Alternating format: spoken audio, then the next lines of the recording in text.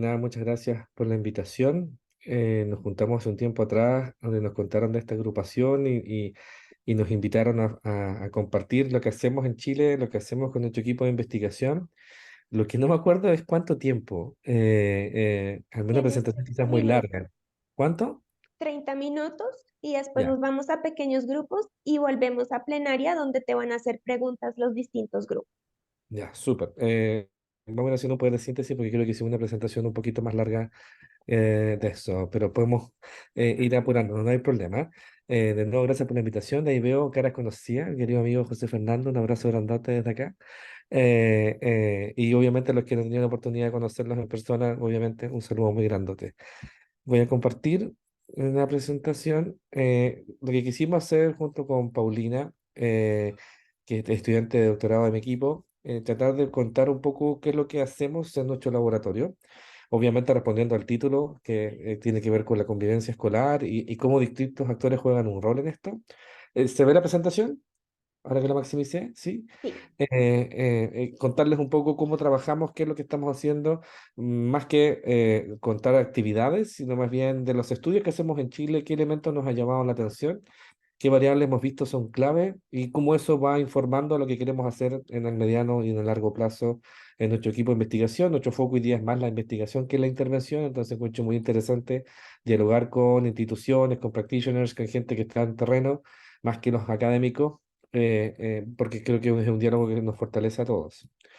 Lo que hacemos nosotros se enmarca dentro de un Instituto de Bienestar Socioemocional, que una de sus líneas de trabajo la hemos denominado aprendizaje y desarrollo.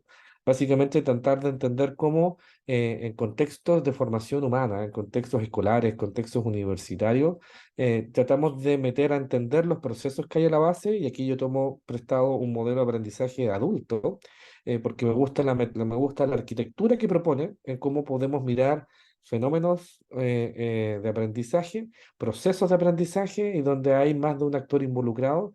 Y lo que hacemos nosotros es tratar de mirar, por ejemplo, en el sujeto que aprende, un niño, una niña, un adolescente o incluso un joven universitario, tratamos de mirar dimensiones de positivos o dimensiones como más prosociales de su comportamiento, o un constructo en específico que trabajamos que se llama, que es de bienestar, que más adelante les voy a ir contando un poquito más de eso.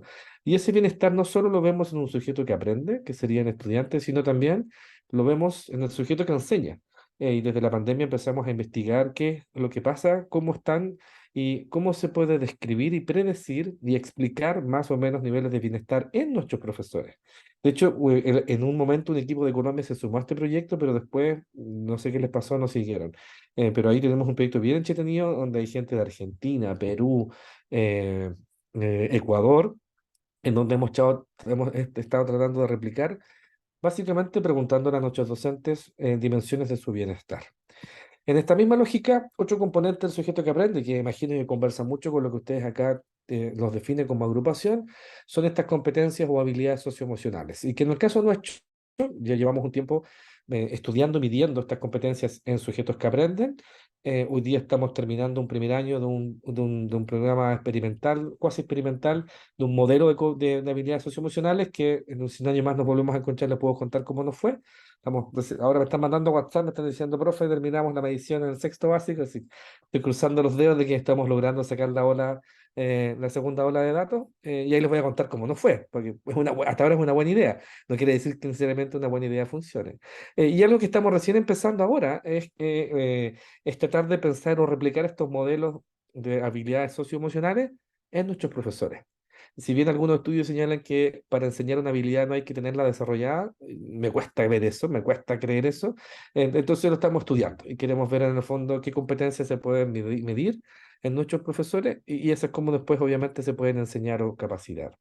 Y obviamente el centro de esto, y por eso pongo una flecha como en la mitad, es el constructo de clima escolar, ya que tratamos de entender este proceso situado.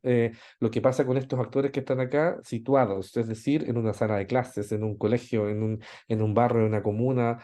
¿Por qué? Porque ahí queremos ver como factor protector el clima escolar, y una de las conductas que más hemos investigado tiene que ver con reconocer, medir e identificar predictores de distintas conductas de agresión: violencia, acoso, ciberacoso, en un foco en niños, niñas y adolescentes y jóvenes, pensando que el contexto escolar es un contexto que forma parte de la solución y o del problema, y ahí trabajamos hace muchos años tratando de entender estos comportamientos. Y uno específico, que en Chile llamamos pololeo, no sé cómo le dirán en Colombia, que son las relaciones de pareja informales que uno tiene antes de casarse, ¿no? Polola se le llama eso, ¿no? Y empezamos a investigar cuando hay violencia en esa relación. Y lo novel de nuestro proyecto es que lo estamos haciendo a edades más tempranas, no con jóvenes, sino con adolescentes. Y hemos tratado de ver predictores también de esa relación. Y saliendo un poco fuera de la caja, tenemos un proyecto que sale un poco del marco de referencia de la psicología tradicional, ya que trabajamos con etólogos. Y básicamente lo que estamos haciendo es meter mascotas en las salas de clase, tratando de ver cómo eso impacta en distintas dimensiones de este modelo que está acá. Pues esto es un poco la foto, y yo armé una presentación que ahora veo muy larga, donde les quiero contar algunos aprendizajes en cada una de estas dimensiones. Y está la Paulina que me va a ayudar con la parte de docentes. Bienestar, como les decía, es un proyecto nuestro que trabajamos hace muchos años. De hecho, si hay un equipo en Colombia que lo quiera activar, yo creo que sería muy bonito, porque formamos parte de un grupo que mide, que se llama Children's World, que es básicamente tratar de reconocer, medir, identificar cómo está el bienestar subjetivo en niños, niñas y adolescentes en distintas partes del mundo. Y específicamente, lo que medimos nosotros es bienestar subjetivo, que se fijan ahí, tiene un componente afectivo y cognitivo, y la gran mayoría de nuestros estudios son más bien satisfacción con la vida. ¿El por qué? Hay un montón de trabajos que muestran cómo esta habilidad o esta competencia o este autorreporte es un predictor de elementos muy positivos en el desarrollo, en niños, niñas y adolescentes. Es un factor protector incluso en algunas otras conductas de riesgo. Y además nos permite comparar quizás algunas culturas. Aquí les muestro un ejemplo, una foto de la segunda ola de LISWEB. Y es súper interesante porque uno puede en el fondo mirar este constructo en distintos contextos culturales. Hace poco, ayer por ejemplo, hicimos una conferencia con los rusos y les contamos un poco qué hemos aprendido en Chile, ¿cierto?, del bienestar, y ellos estaban teniendo una conferencia con Algeria, Russia, me imagino por temas políticos solo pueden echar algunos, obviamente nosotros no, aunque los chilenos no tenemos que sacar visa para entrar a Rusia, lo cual es muy freak, lo cual permite echar como una discusión como multicultural y ver cómo este constructo individual se explica, se expresa de distintas maneras en distintos contextos culturales. Y de América Latina tenemos poquitos países hoy día participando. Es un ejemplo de cómo lo hacemos, muchos estudios de autorreporte, entonces vamos comparando, por ejemplo, en la pandemia hicimos una sección especial del COVID, donde se les preguntaba antes y después, hubo un equipo de Colombia que sacó datos, fíjense que está al lado del dato de Chile, y se le preguntaba a los chicos, ¿cierto?, cuán satisfechos estaban ellos con el uso del tiempo antes o después de la pandemia. Y obviamente se ve un descenso, un declive significativo, los alemanes, sobre todo, es el más grotesco, la bajada más grotesca. Nosotros, como ustedes se fijan, tenemos valores muy parecidos en lo que era antes y después o durante de la pandemia. Esto es un ejemplo, una manera de estudiar. Los otros estudios que hacemos nosotros son centrados en las variables, en donde vemos qué predice el bienestar y cómo la violencia, la convivencia forman parte de esta historia. Aquí, Bumi, si quieres, te paso el micrófono y te voy pasando la diapositiva. Ya. Muchas gracias, Jorge. Yo soy Paulina Guzmán, soy estudiante de Jorge y soy profesora de título, no soy psicóloga, pero estoy haciendo este doctorado en psicología precisamente para poder estudiar a estos actores clave de la educación que son los docentes, que son además quienes tienen que llevar a cabo y encarnar todas estas intervenciones que se hacen en la escuela para el desarrollo de los estudiantes y pocas veces les preguntamos a ellos cómo están o si se sienten realmente capacitados para enfrentar estos desafíos. Y esta lámina que está mostrando acá Jorge fue el primer estudio que hicimos, que fue un poco más artesanal porque era la primera vez que nos lanzábamos con docentes al inicio de la pandemia. Fue un poco como lo gestionamos rápidamente, queríamos simplemente sacar una foto de cómo estaban los docentes de nuestro país y estos fueron algunos de los resultados que obtuvimos. Estábamos partiendo la pandemia, no recuerdo bien cómo fue en Colombia, pero en Chile fue de un día para otro que nos avisaron que todos pasábamos a trabajar online, incluso profesores de preescolar, en el fondo, de niños más pequeños haciendo clases online. Y obviamente eso para los profesores generó un estrés muy importante.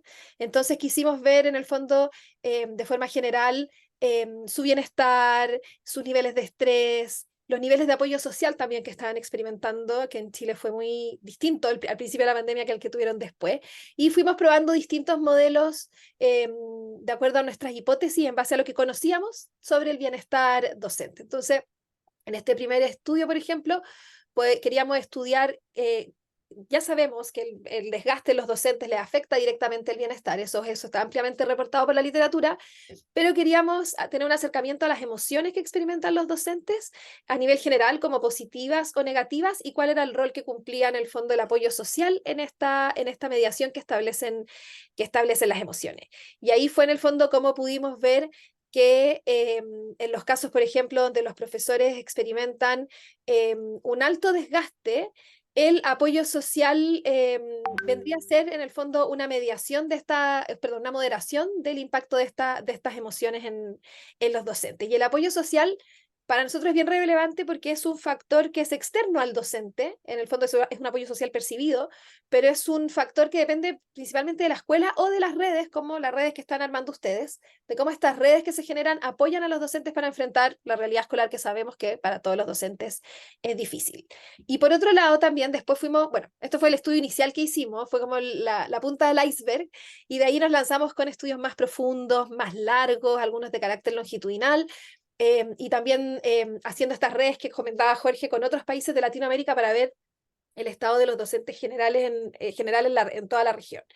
Y también desde el punto de vista emocional, ya que está cada vez más relevante el tema del desarrollo de las competencias socioemocionales en los estudiantes, dejamos un poco de lado las emociones desde el punto de vista general y nos fuimos a una mirada más discreta de las emociones en el fondo específicas que los docentes experimentan en la sala de clase, y hay también harta literatura sobre estas tres emociones que son el enojo, la ira y la ansiedad. Perdón, en la ira, el disfrute y la ansiedad, que son las emociones que los docentes más reportan a lo largo de la literatura. Y quisimos ver cuál era el rol que cumplían estas emociones específicas a la hora de enseñar en la relación, por ejemplo, que existe entre la autoeficacia y el bienestar de nuestros docentes. También sabemos que la autoeficacia impacta directamente el bienestar y termina impactando el compromiso de nuestros docentes, pero queríamos saber cómo estas emociones discretas que ellos experimentan, si las pueden reconocer. Si se atreven a reconocerlas, los docentes no nos atrevemos mucho a reconocer, por ejemplo, la ira que sentimos. Si aquí hay algún docente, podrá estar de acuerdo conmigo, a veces enojo, no ira, pero enojo cuando estamos enseñando. Y queríamos ver este rol. Y ahí encontramos, perdona Jorge, la última, encontramos que sí existía una mediación importante de cada una de estas emociones. Y en el otro estudio que hicimos en Latinoamérica, que estudiamos varios factores de los docentes, uno súper interesante fue el tema del ciberbullying en los docentes, que eso es algo muy novel, porque no se estudia mucho el acoso a los docentes en la escuela. Y al menos en Chile, desde la pandemia destapó una olla de ciberacoso para los docentes, profesores que eran grabados, que después se burlaban, se viralizaban sus videos o sus reacciones en clase. Y también a la vuelta de la pandemia estamos empezando a experimentar este acoso ya más presencial y físico hacia los docentes. Y quisimos ver en el fondo el rol de aspectos del desgaste en esta relación que existía entre el ciberbullying y el bienestar.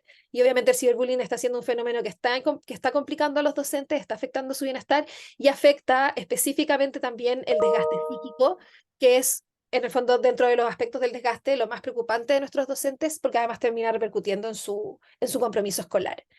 Dale con la siguiente, Jorge, que ya.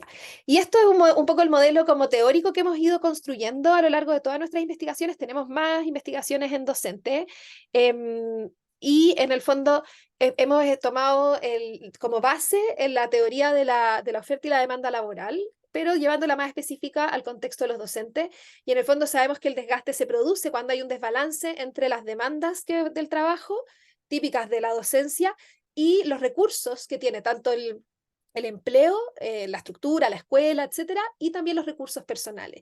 Y dentro de estos recursos personales estamos estudiando cómo ciertos aspectos como el optimismo, la autoeficacia, el bienestar y las emociones terminan impactando en este desgaste, porque sabemos que el desgaste, y esto es lo que estamos ahora como en esta fase de estudio, estamos viendo cómo el desgaste a largo plazo termina afectando el compromiso de nuestros docentes, que es un problema mundial, me imagino que en Colombia también lo tienen. Aquí nuestros profes duran 3 años en la carrera y luego se van. Y cómo finalmente ese compromiso escolar termina también afectando la performance, la enseñanza de nuestros docentes, con todos los impactos que eso tiene, por supuesto, en nuestros estudiantes. Entonces estamos desarrollando en este modelo distintas investigaciones para ver finalmente cómo el estado psíquico, psicológico, social, emocional de nuestros estudiantes termina impactando su compromiso y su enseñanza, y eso todas las repercusiones que sabemos tienen en una sala de clase y en el clima escolar. Eh, Gracias, Paulina, pero las dos siguientes son las que ya tú explicaste de los sí, estudios. sí, sí, sí, Son estudios que uno está en una primera ronda de revisiones, el otro está recién enviado. Así que una vez que estén publicados, felices se pueden compartirlo. Y exactamente. si hay más información, no está, no lo puse acá. Tenemos una web del proyecto, se llama bienestardocente.cl. Al principio. Te los ¿La puedo puse? mandar por el chat. ¿Dónde la puse? Ahí está. Ahí.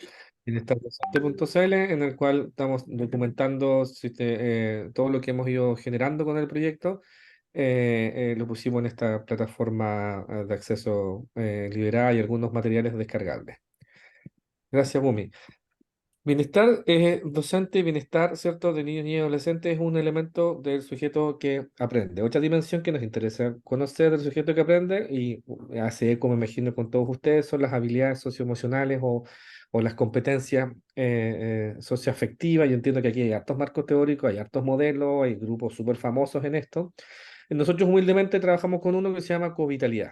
Ahí está la web del proyecto, con el mismo espíritu de poder ir liberando y reportando los productos que tenemos, la cual, que es una propuesta conceptual de un investigador que se llama Michael Forlon en California, en Estados Unidos, que la gran innovación, yo creo, de este modelo, o cómo se quiere diferenciar o trata de diferenciarse de otras propuestas, es pensar no solo en que hay una habilidad, una competencia que es importante desarrollar en sí misma, sino poder pensar que cuando yo fortalezco más de una competencia, estoy logrando además un efecto sinérgico entre estas competencias, entre ellas.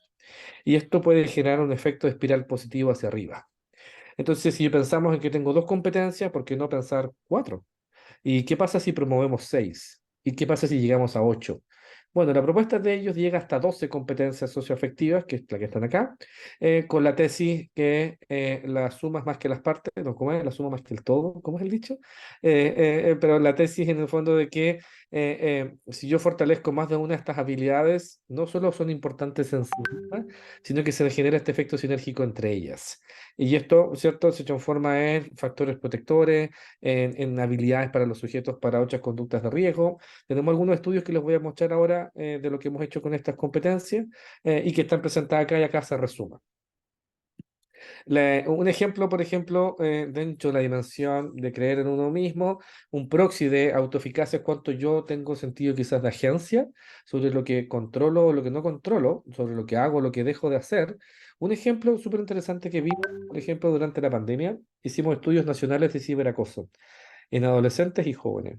Y veíamos que aquellos adolescentes que eran más víctimas de ciberacoso tendían a reportar más síntomas depresivos. No era depresión en estricto rigor, porque para medir depresión hay que hacer una entrevista clínica, pero sí era un proxy de depresión con un instrumento que está bien validado en Chile que se llama el PHQ-9. Entonces, nos permite pensar que se acerca muy bien al constructo de depresión. Y se cumplió la hipótesis que teníamos, que era a mayor victimización o cibervictimización, hay más tendencias depresivas. Sin embargo, aquellos sujetos que cuando habían altos niveles de ciberacoso apagaban el teléfono o se desconectaban o ignoraban la situación, en esos dos escenarios, eso se transformaba en un factor protector, ya que se asociaba con menos factores depresivos. A diferencia de cuando esto estaba en bajos niveles de ciberacoso o de cibervictimización, lo cual habla, a mi juicio, de cierta habilidad o la posibilidad de tener o desarrollar esa habilidad, ¿cierto?, a nivel individual. Otro ejemplo, dentro de los modelos co-vitalidad, el creer en otros, el apoyo en la escuela. Para nosotros, hace mucho tiempo, desde el constructo de clima escolar, hemos tratado de mirar con mucho énfasis la relación profesor-alumno, porque creemos que tiene un impacto muy significativo en distintas dimensiones psicológicas, en distintos fenómenos relacionales y obviamente en aprendizaje. Y ejemplos de estudios de clima escolar en donde vinculamos estas competencias, es uno que hace poco sacamos, en donde además veíamos reportes individuales de los sujetos y datos agregados de ellos en salas de clase. Lo que veíamos a nivel individual, que es la parte de arriba de los gráficos que están acá, es que experiencias de victimización se asocian con menos satisfacción con la vida, que es una dimensión del bienestar, y con menos coidalidad. Y este mecanismo puede ser explicado a través, ¿cierto? Es una variable media hora en este caso, el apego al colegio. Pero lo interesante de este trabajo es que esta relación que encontramos se replica también a nivel de salas de clase. No solo un fenómeno individual, sino es un fenómeno grupal de salas de clase, lo cual de nuevo nos habla cómo podemos intervenir acá, en este caso viendo las variables mediadoras o las variables que explican la relación, ¿cierto?, de estas dos experiencias en los sujetos. Otro ejemplo es una dimensión que se llama involucrarse con la vida, es la traducción que hicimos nosotros. Es como creo yo, es lo más como quizá, una de las dimensiones quizás más originales de la propuesta de Michael, que habla de optimismo, zest, gratitud. Zest tiene que ver con esta idea de cuánto yo disfruto en el momento, el aquí y el ahora, ¿no? Zest por sí solo es imposible traducirlo, pero tiene que ver con esa capacidad de disfrutar, ¿cierto? Lo que yo estoy viviendo en el presente. Con gratitud encontramos algo súper interesante. Con colegas del Perú hicimos un estudio en donde vimos que adolescentes de Lima que eran víctimas de ciberacoso, 6 meses después reportaban menos niveles de satisfacción con la vida. Sin embargo, aquellos adolescentes que tenían mayores niveles de gratitud, el efecto se moderaba y casi desaparecía. No sé si se alcanza a ver la pendiente que está acá. ¿Cómo cambia la pendiente en comparación con la otra pendiente? En este caso, encontramos que es un factor moderador. ¿Qué quiere decir eso? Que si yo tengo altos niveles de gratitud, el que me agreden virtualmente mis compañeros no va a afectar significativamente mi satisfacción con la vida. De alguna manera es como si fuese una vacuna, lo cual es súper interesante, como un recurso individual de los sujetos, pensando, ¿cierto?, en toda esta literatura que nos interesa promover de competencias socioemocionales. Lo que estamos haciendo hoy día, ya enviamos un trabajo en el cual veíamos que estas competencias tienden a agruparse en China. Encontramos 4 clases muy diferenciadoras, cada una de ellas con sus niveles de logro, lo cual nos informa cómo se agrupan entre ellas y efectivamente cómo podemos ver distintos niveles de riesgo. Y después uno cuando piensa en estrategias de intervención triestamentales, esto puede ser muy útil para ver después que los programas de desarrollo socioafectivo quizás no hay que entregarlos dosificados de la misma manera, sino que uno podría hipotetizar que la dosis quizás es distinta según el grupo o la clase latente a la cual tú perteneces, porque tiene distintos niveles de logro. Y esta idea de niveles de logro se asocia con los constructos que vemos acá como moderadores, que es acoso escolar y satisfacción con la vida. Entonces, se ven chiquititos los gráficos ahí, perdonen, pero en el fondo acá un ejemplo con satisfacción con la vida que está acá abajo, ¿no? Los grupos más de riesgo, ¿cierto? Que sería el grupo que está acá, tienen menos reporte de satisfacción con la vida. A diferencia del grupo que está algo, que son la clase latente que estaba más arriba, con mayores niveles de logro en las 4 dimensiones de covitalidad, tiene más satisfacción con la vida, lo cual es como muestra cierta consistencia en la agrupación o en las clases que encontramos antes. Si miramos clima escolar como un factor contextual, entonces que es importante mirar o estudiar en Chile, y a ustedes les pasa lo mismo que a nosotros, ¿no? ¿Qué es el clima? ¿Qué es la convivencia? ¿Qué estudiamos? Clima, convivencia, es clima tóxico, relaciones interpersonales, y hay un tema aquí del anglosajón, del uso del lenguaje, ¿cierto? Los anglosajones estudian school climate, no estudian convivencia escolar, no existe la palabra convivencia escolar en inglés como la entendemos en Sudamérica o en América Latina. Por lo tanto, lo que hacemos nosotros es mirar clima escolar y específicamente mucho clima de aula. ¿Por qué? Porque nos interesa como un constructo que informa dimensiones más específicas del clima, coexisten dentro de una comunidad escolar y es más o menos fácil hoy día capturarlo. Si yo tengo puntaje de todos los estudiantes de una sala de clase, puedo estimar el efecto del clima de aula, metodológicamente, y no solo controlo por el riesgo o el sesgo, ¿cierto?, del efecto anidado, sino en este caso es una pregunta de investigación para nosotros. En general, la manera que agrupamos los estudios nuestros son con esta taxonomía que se propone acá. Si alguien quiere conocer un poquito más de esta propuesta, yo le puedo mandar ese libro que tenemos en la facultad, que está liberado de descarga gratuita, en donde desarrollamos un poco más cada una de estas dimensiones del clima escolar. Un par de ejemplos que les puedo compartir ahora, por ejemplo, la sensación de seguridad emocional. Estudios longitudinales que hemos hecho que predicen bienestar en adolescentes muestran esta misma asociación que estamos viendo. Cómo climas positivos predicen más o menos victimización y esto afecta un año después los niveles de satisfacción con la vida de adolescentes. Por lo tanto, nos muestra que el clima, ¿cierto? No solo tiene un efecto en el corto plazo, sino puede tener un efecto directo o indirecto en el largo plazo. O otra dimensión, ¿cierto?, de seguridad física es la idea de sentirse seguro en el colegio, es un factor protector también para la satisfacción con la vida. Por ejemplo, en este trabajo que hicimos con colegas del Brasil, veíamos que adolescentes que eran víctimas de agresión por parte de sus padres tenían menos satisfacción. con la vida. Sin embargo, si tenían una alta sensación de seguridad, si se sentían seguros en su colegio, ese efecto se moderaba. Por eso la pendiente que dice high, que es la pendiente que está con puntitos, es una pendiente que está más chata. ¿Qué quiere decir eso? Que se transforma en un factor protector. En la sensación de seguridad, en este caso, en el contexto escolar, y que nos ayuda a entender las relaciones entre estas dos variables. Otro ejemplo, por ejemplo, en la dimensión, en este caso, de relaciones interpersonales, específicamente respeto por la diversidad, nosotros encontramos que en Chile adolescentes machistas, por ejemplo, son adolescentes que pelean más. Y adolescentes que pelean más, sobre todo los agresores, tienen menos satisfacción con la vida. Por lo tanto, era súper interesante ver la diversidad no solo como un constructo ético, ¿no? Sino que en este caso, aquellos que tienen un discurso machista, adolescentes que viven en Santiago, se asocian con más conductas de violencia. Por lo tanto, nos habla de la importancia de la diversidad en este caso. Hoy día estamos partiendo desde cero un proyecto de bullying homofóbico que espero que en un tiempo más les pueda contar más cómo la discriminación, ¿cierto?, por la orientación de género también juega un rol en esto. Y obviamente habla del clima escolar o de la convivencia escolar. Otro ejemplo de un estudio que hicimos en la región metropolitana para entender conductas de violencia, que explica que un adolescente sea violento en el colegio o tenga conductas antisociales. Este constructo mide portes de armas, agresiones con armas, venta de drogas en el colegio. Encontramos que pares con conductas antisociales tienden a ser el mejor o el mayor predictor de este comportamiento.